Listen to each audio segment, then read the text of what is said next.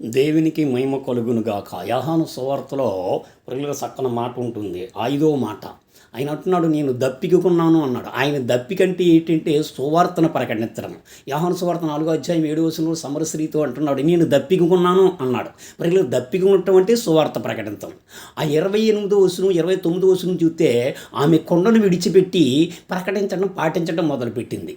పాటించడం అనేది ఆయనకు ఆహారం పెట్టడం. అక్కడ అంటాడు కదా 32వ వచనంలో, నాకు మీకు తెలియని ఆహారం ఒకటి ఉన్నది అని. ప్రియులరా, మనము సువార్త ప్రకటింతే ఆయన దాహాన్ని తీరుస్తున్నట్టు, పాటింతే ఆయనకు ఆహారాన్ని పెడుతున్నట్టు. ప్రకటించేవారు చాలామంది ఉన్నారు, దాహానికి ఇచ్చేవారు. అయితే ఆహారాన్ని పెట్టేవారు కావాలంటున్నాడు యేసయ్య. మరి మనము ప్రకటిస్తున్నామా పాటిస్తున్నామా?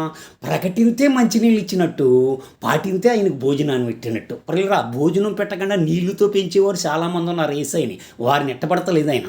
ఆహారమును కావాలి, దాహము కావాలి. మనం భోజనం పెట్టినప్పుడు రెండు పెడతాం.